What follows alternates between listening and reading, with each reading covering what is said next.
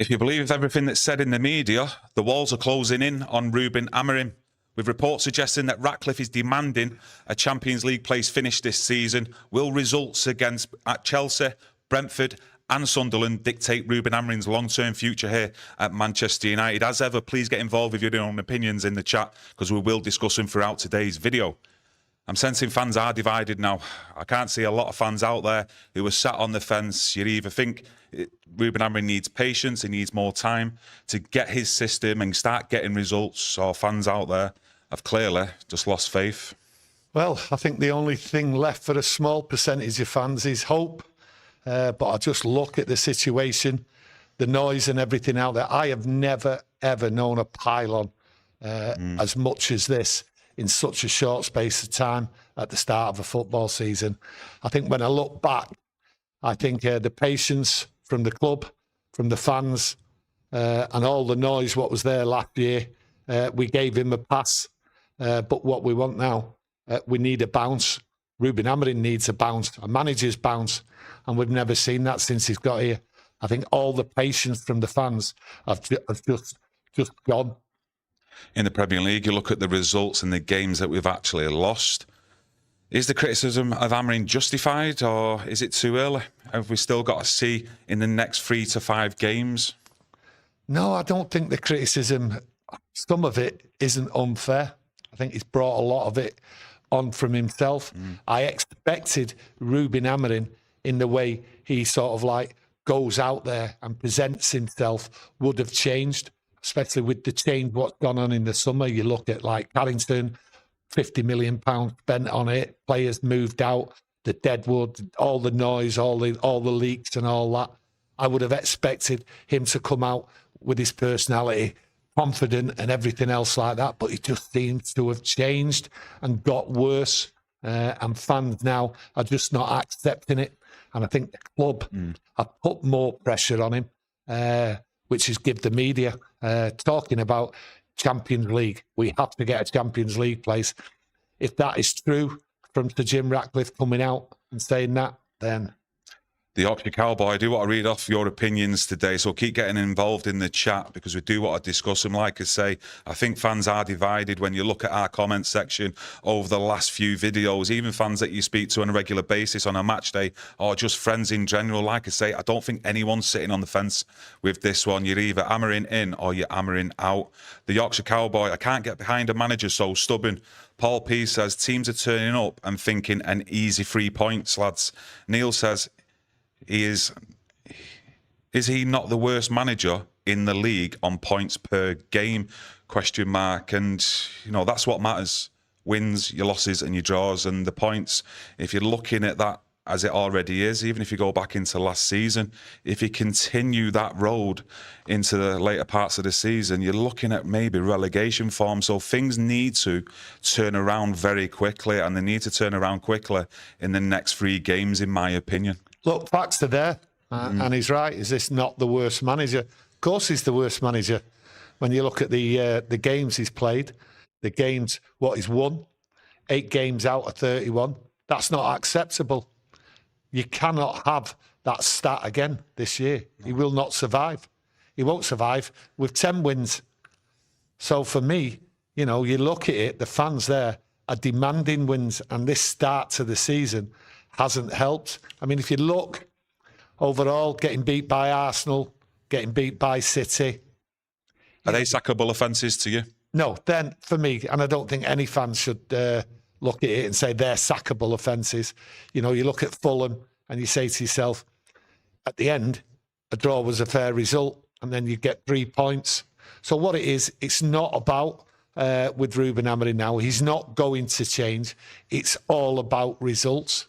And me and Kieran was talking off camera, and some of yous may, and some of yous may not agree. We look at these next 3 games with all the noise, and it is a tremendous amount of noise, tremendous amount of pressure what's coming. The only criteria, what's left for Ruben Amorim, forget his tacticals and his planning and everything else like that. The only criteria left is results. And we have said, with the noise what's out there and the pressure what's there, He's got to get results, and 7 points out the next 3 games before we go into the international break is the only way to change what's out there and to change fans' minds. Some fans may not change their mind regardless if we get 7 points, but it's absolutely it has to happen. 7 points. The way I look at it, and I've said it before, I mean, coming away from the Chelsea game with a point isn't the end of the world, and I've always maintained the fact that even from last season going into this season, it's always going to be the results against the teams like your Bournemouths, your Brentfords, your Crystal Palaces, your Fulhams, where I want to see that improvement when you base on the results over the past 18 to 2 years under Erik ten Hag and Ruben Amorim. So we've got a couple of them games coming up, you know, in the next 5 fixtures. I think we're playing obviously Brentford, we've got Sunderland, which is a must-win game at home at Old Trafford. Then we've got Brighton as well after that Liverpool game. It's just a matter of how do these results and performances go in the next 3, especially when you're then going into an international break, and then you've got Liverpool at Anfield after that. You look at confidence. The manager is confident. He's turned round and he said this is a better team. We've played better. We just haven't got the results. So the pressure's on there, and it's about confidence.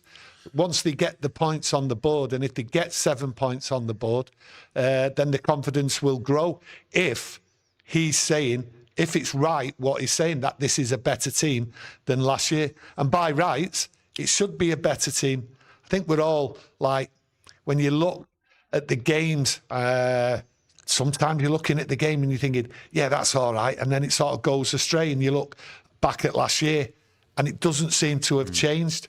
So, tactically wise, I've just got to say this. Tactically wise, how does Ruben Amorim tactically beat other teams when other managers know how to beat United? And this is the problem. Are we still stuck in the same rut because of what Ruben Amorim is doing with this team, setting him up that way? Now, if we go and get 7 points, the system, the tactics, they're immaterial. We've got the points using that, but he's got to get the points. Hypothetical, this. If you're looking at some of the games we've played this season and the goals that have conceded, they're largely down to individual mistakes, individual errors, more so than the tactics, the system, Ruben Amorim's principles in the way he sets the team up. So has he got a bit of an excuse there when you're looking at individual mistakes, when you're talking about that he thinks the team are better than what they're showing? No, there's no excuse. Manager's got no excuse now. Been there long enough. And I go back to what I said. The club and the fans give him a pass. He had players playing out of position and everything else like that. He's seen where players could adapt and everything else. He should know everything about these players, and he should know that they shouldn't let him down, that the players there, they've come out fighting. They've talked about Ruben Amorim. They've talked about getting players out. There's no deadwood. There's no like nonsense going on in the squad now. These players, Ruben Amorim should trust them. That's why he's putting them on the pitch. They shouldn't be letting him down. There is no excuses. You can't. I can't defend him, right? When he comes out with excuses, there is no excuses. He's been given firepower. Okay, we've not scored in the amount of goals from the players we expected from last year. So for me, there's no excuses about players. He should have these players mentally right and performing right, and using excuses that players, they were in the right position and blaming them. That is the wrong way to go down. It's down to the manager now. Just trying to think back now to all the games we've played in the Premier League. Out of 4 games, have we only scored 1 goal in open play? I think we've had a penalty in I know we had a penalty missed as well. And Mbumo actually scored against Burnley, but then you've had a couple of own goals in there as well. You talk about firepower. I think a lot of fans, and I include myself on this, expected better though, especially in the first 4 games in terms of goals scored. Well, we all expected better. Over the summer, everything was bright. Everything was signing players. We was all made up. People were expecting United to kick on and be in a position. But the thing is, we're in a bad position because we've not got the results. Will that turn round? And if we get the results, then hopefully we can kick on. I use that word again, hopefully. So for me, all the confidence in the fan base will be absolutely shattered if we're in that relegation zone. And there is a fear amongst the fan base that's where we could be over the next 3 games. All confidence will be gone, and I don't blame the fan base for having no confidence, because we went right into it, me and Kieran, 7 points, and we went into the reasons why. There should be no reason not to get 7 points. Yeah, I just feel like I mentioned before, and I've mentioned in previous shows, coming away against Chelsea with a point isn't the end of the world. Then if you go to the Brentford and Sunderland games and you get the 3 points in each of them games, total 7 points, I do think then that maybe a confidence will come back with inside the club and the players as well, because it will be needed, I think, especially going into that international break. And then you're facing Liverpool at Anfield in the first game. After that, you need to see a bit of a bounce in these 3 games for me, because if you don't, I mean, I won't be looking forward to that game against Liverpool at Anfield, let me tell you. Well, I look at this scenario. If we've got 1 point going into the Sunderland game, or even 2 points going into the Sunderland game, the pressure on Ruben Amorim will be immense. And with the international break, the speculation will only intensify from the media, from the fans. The fans will demand Ruben Amorim gets removed, because if it goes pear-shaped against Sunderland going into that game with only 1 or 2 points, then the writing's on the wall, because results, that is the only criteria. I don't care how we get the results, okay? Tactics, system and all that, you talk about that till the cows come home, right? But the situation we're in, we need to get out of it, and we need to roll the sleeves up, fight, okay? The players need to fight for the manager, because the manager's future is hanging by a thread here, as far as I can see. So it's just results, and just got to get them. Well, especially if you factor in, and if you do believe it, the reports that Ratcliffe is demanding a Champions League place finish this season. That only heaps its own pressure on, regardless of what any fans say and the media. But Chris Bacon says it's hard to defend Amorim. At the moment, Mainu is completely ignored. Bruno keeps getting picked in the central role despite mistake after mistake. Does Mainu actually deserve now a run of 3 to 5 games? Not necessarily, no. The manager's turned round, said he's got Bruno in front of him. He's got to work harder to get in there. So the manager's in charge. So whether I like Mainu or not, it's finding the right place for him. And we've signed players, and that place is gone, as far as I'm concerned. It's baffling. The spotlight is on Ruben, what he does with players, but he should have known at the start of the season who was going to play anywhere. He hasn't done himself any favours whatsoever. His demeanour on and off the pitch, right, is baffling people, baffling me at times. You know, his determination not to change. The fan base out there, we see it all the time with all your comments and everything, right? Cannot believe that after all the results since he's been here, not just this season, right, that he hasn't tinkered with the formation, because it's clearly not working from a results point of view. Yes, he can persevere with the system and get the players like building up to it, and then bang, one day it might click. But there's no time to wait here, because we could be in the relegation zone, and it is a big risk for Ruben Amorim not to change at some point, but he won't change. The Yorkshire Cowboy from our members club. If Chelsea batter us, what then? Great channel, lads. Thanks for your kind comments, mate. Well, it'll just be a pylon. Then it just leaves the 2 games. Got to get 6 points. That is a must, because if you don't get 6 points, and if we get battered, I mean, that's going to bring pressure in itself.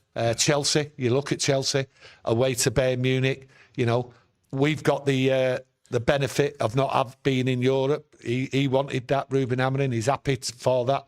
Got the time with the players and everything. So everything should be concentrating on this Chelsea game, on how to beat them. Chelsea, away in Europe, That's never easy for any club, don't matter who you are, with all the travelling and time and all that, and then coming back, and then especially having a 5:30 kick-off on a Saturday, which I don't think Chelsea are too happy about, to be honest with you. I think they would have preferred a Sunday game to give them extra time for rest. So it's all going in our favour as far as I'm concerned. But to get battered, I can't think of that. It's not in my brain. But it would bring its own problems. It would bring the fans piling down on him. No different than what we're seeing now. And the pressure will build and build. But he's got to go in to Chelsea. And I think they're going to go in with a bit of confidence. I've got confidence because there's certain things what I look at. And I think to myself, we can take it to Chelsea and we can get a result. Now, that result might be a win and it might be a draw.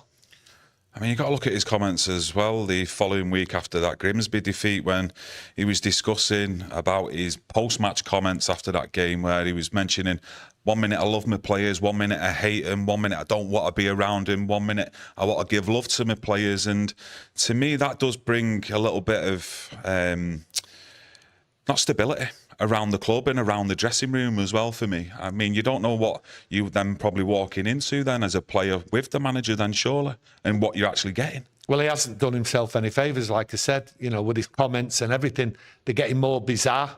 Fans out there comment all the time. We speak to fans and fans are baffled that why hasn't he sort of calmed down, and he should have a plan, and that he shouldn't be going in on players and talking in riddles. Is he not entitled to that, though? Because even myself, me and you and a lot of yous out there, this club is cradle to grave to us, and we get emotional over it, whether it's a win, a draw or a loss. Is he not entitled as the manager, though, to be like that as well and just give it honestly to everyone out there? The time for honesty, right, has been and gone. Time for honesty was when he walked in here. The time for honesty was like halfway through his tenure last year, right? And that was to determine who's the bad eggs in the club, what I need to do, what the club needs to do in the summer, and there's my target. That's what I'm going to do. And the time's been and gone. There is no more time for him. And his demeanour and the things that you mentioned, Grimsby, it was irrational what he was doing in the dugout. It was irrational, his after-match press conference. I've not seen anything where it shows he actually knows or he has even got stability in his own beliefs. Now, I might be totally wrong, but I just don't see stability in what's going on in the background. He seems to be creating, because of his demeanour, unstable, like just the club. It's like you need his hands firmly on the shoulder. Calm down, calm down. We're not getting that from the manager. And that's why there is an enormous pylon like I've never, ever seen. He's not acting like a Manchester United manager should be. I'm on the shoulder. Calm down, lads. We'll turn this round. We'll get there. But the problem is, he's had nearly 11 months. When I'm looking at the matches, though, even against Manchester City, I mean, we've seen it all before, a lot of us out there. You know when these players are down in tools. I'm not actually seeing that, though, right now. No. So they must be playing for the manager. Surely, as a group, as a collective.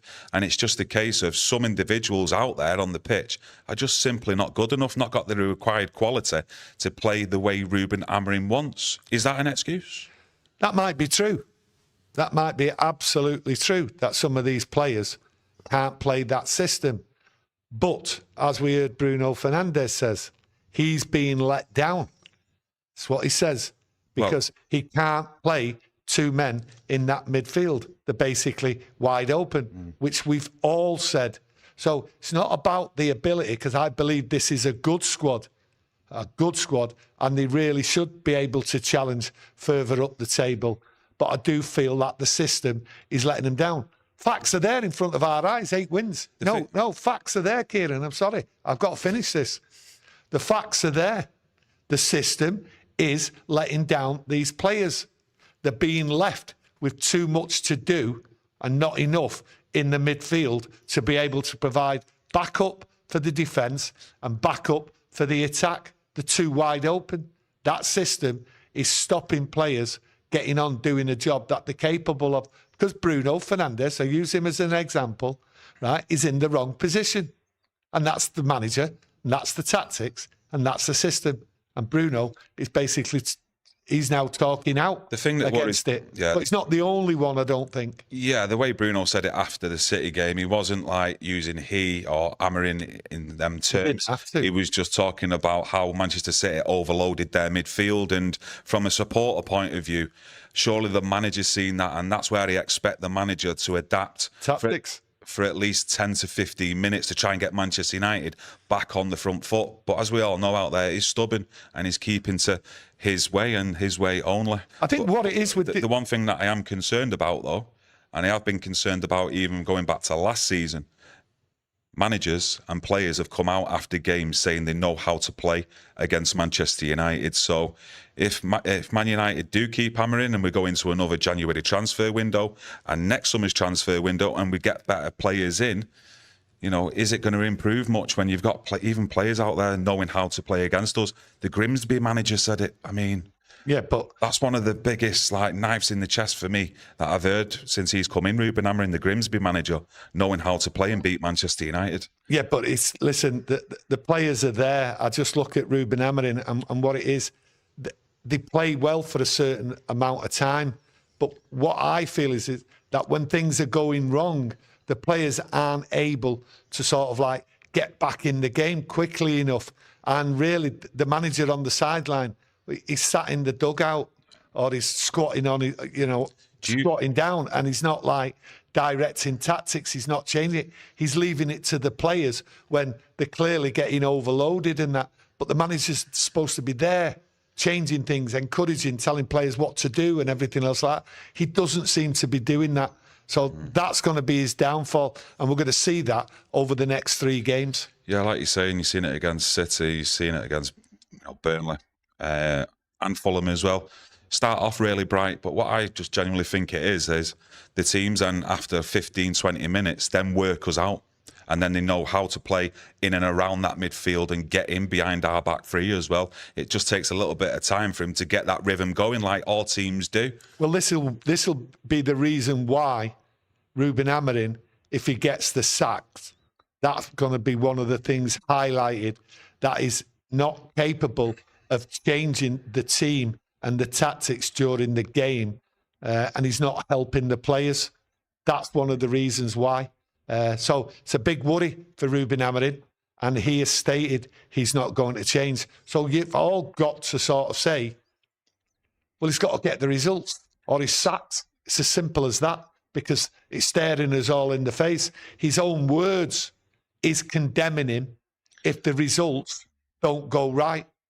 Yeah, we're talking about changing, adapting and game man management. I mean, I see Manchester City at one point, which we've all been accustomed to with City over the years of a wave after wave of attack. They were quite happy to sit in against our wing-backs, our midfield, and defend anything that come our way. And I was a little bit shocked after that game, to be honest, when I thought about it. And I just thought, that he needs to change something, bring in something different instead of just like replacing like for like in game.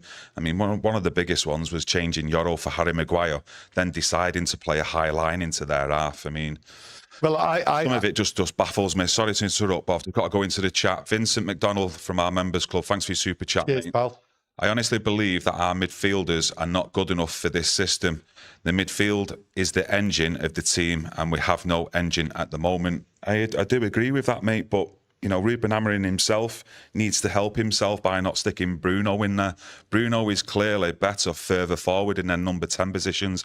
I mean, how can it be right that the wing-backs that we predominantly use in, let's say, Dorgu, Dalot, Mazraoui or Ahmad are further forward than our most creative player in Bruno Fernandes, and you've got him sat in the middle of the pitch? It doesn't make sense, that, to me at all. Well, how can it be right that everybody out there for months and months now, and especially just before the transfer window closed, demand a midfield player, a holding midfield player? How can it be right that that wasn't rectified when he really hasn't got that much faith? And in Ugarte, for instance, let's talk about Ugarte. He turned against Ugarte on the pre-season tour. And he's looking at Casemiro, and now he's took Casemiro out.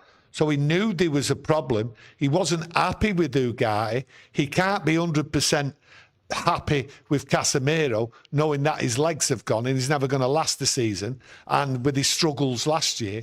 So he knew what the problem was. Okay, so that's not Ruben Amorim's fault then. That's down to the club. Because as we all know there, they went in, spoke to Brighton to try and get Belieber in, and they've not delivered that to the manager in what he desperately needed. That's not Amorim's fault then. He's identified the problem in pre-season that Ugarte and Casemiro aren't good enough for him to start. But he's got to start him because he's got no choice. That might be the case. We won't know that until the facts come out, that if Ruben Amorim said, I want a holding midfield player, and the club has gone a different direction, how do we know? We won't know that. We can only speculate, fans. And that's what fans do. And that's what we are. We're speculating. Well, we all know it was there. It was obvious to everybody. We needed a world-class holding midfield player. So they never went and got it. Well, is that Ruben Amorim's fault? Is that the club's fault? So has Ruben Amorim been let down? Who knows? Derek, MUFC from our members club. So we bring in another manager that plays four at the back. You lot think we are just going to be battering the likes of City, Liverpool, Arsenal, the lot? Give me a break. These players aren't good. We don't expect that at all. To be honest with you, if you look at it, my mate, over, Eric Ten Hag's reign, we won 2 trophies with a squad that's worse than what it is now. I mean, explain that to me when you're beating the likes of Newcastle, who are way above us now in the Premier League, Manchester City, who were above us and annihilated us last weekend without breaking a sweat. I mean, some things just don't add up sometimes, and maybe in certain situations, Eric Ten Hag did actually adapt, if you look at certain games, to try and get the best out of the players, but get the result that was needed, and Amorim's not doing that. It's not a case of maybe, let's go and play 4 at the back. We've played that before. 3 in midfield. Yeah, we've done that before. It's about getting the right manager in, mate. And sometimes the pick that the club that have been choosing, it's just not working out. I can't defend Ruben Amorim right now. As much as I want to, and as much as I do on a match day, I'm fully behind my team and behind the manager, and I want what's best for the club. I'm just sat here and I've run out of answers for him, mate. I've just run out of answers for Ruben Amorim, and looking at any games that are coming up, and it's just with hope. Just hoping that he turns it around, because the last thing I want as well is for United to sack another manager, because that creates more problems than just sacking a manager and bringing another one in. That then starts telling me and pointing the finger at the men in the background that they ain't got a clue maybe and what they're doing, and Dan Ashworth was maybe actually right, but they sacked him for a different opinion. If the results go wrong and the pressure becomes too much and the club react and get rid of the manager, this conversation I've already had with a few people, had it with Kieron. And the one thing they don't want to do is bring a manager in halfway through the season. Yeah. So I would turn round and I've given this answer in private, and I'm giving it you now. I would just turn round and look at interim manager, and I would bring in 2 people. And if they're available, I would bring back Solskjaer, and I would bring in Michael Carrick as an interim, and let them. Why would you do that? Try and stabilise what they've got, because I don't think there's a manager. We've been told that they're not looking at any other manager. I don't think there's a manager out there what's available. So that's how I look at it. Work it out. Get them to try and stabilise it. Change the system, which they will do. And then try and get some points on the board, because you then have to turn around if the manager gets sacked and look at the long term. Champions League is out the window. So what's your aim then? If we sack the manager, what's your aim? As a fan out there, what is your aim? What's the expectations? Well, my expectation is that the manager what we need isn't out there at this moment, and we won't be able to bring him in. So I would bring in an interim manager while they do the search. How long that takes, maybe up to January, maybe till the end of the season, whatever it takes, bring them to him. But that's my opinion. Yeah, from my side of things, I understand it. Look, my loyalty is to my football club, and whilst the manager's here and the players, I support him. And I just don't think right now is the time to be discussing who should be an interim manager or be the actual manager to replace Ruben Amorim. If that day does come, whether it's next week, 2 years, 5 years, or 10 years, I'll discuss it. But I just don't think it's the right time now, and I still want to support the manager in the hope that he does turn things round. But like I said before, I've just run out of answers to try and back him and look at it where I think, yeah, he's going to get it right, and he's definitely going to get it right, which I just can't see right now, just based on history of what we've all seen. And yeah, it's a difficult time right now. It's grim. I'm putting it out there, right? Before anyone asks me the question, because I know it's going to come. Sack the manager, who would you get, and all that. Well, the manager gets sacked if we don't get the results. I believe we'll get the results. I believe we'll get the results in the next 3 games. But the pressure is on, and there's always that chance it will go wrong. Absolutely. What gives me confidence that we will get the results? I'm a United fan. I'm just hoping for the best. And I do believe we've got the chance to get a result against Chelsea. And I think this team is a lot better. And I think the players will rally round him. And if they don't, then you have to look at the options. So I'm just putting it out there now, early doors, that if this manager gets sacked, whether he gets sacked over the next few weeks, next few months, I'm just putting it out there. Anything more to add, though, before we wrap it up? No, it's gloomy. The only good news I've seen is UEFA have turned round and says Manchester United had more fans watching him than any other club in Europe. It's the only good news I've seen. What do you mean, watching him? Last season. Oh, they've got the biggest following. Eyeballs on there. Inside Old Trafford. More people watch United than any other club in Europe last year. So basically, we've got the best fan base in the world. Well, that's something at the moment. It's a little bit grim for me to be discussing. I just want the manager, I want these players to start getting results. That is the only thing that matters to me. I just want to have a smile back on my face when I'm leaving that ground, and the smiles on the managers' faces, the players' faces, and everyone else out there as well, getting involved in a chat after the game with a win and 3 points. And let's just hope against Chelsea he can do that, and we can start seeing signs of turning it around and stabilising the results in this football club. But again, I'll go back to, it's just all hope. But get involved with your own opinions in that comment section. Smash that like button as well to help support the channel. And we'll be back tomorrow with another video, so come and join us and get that notification on. Thank you all for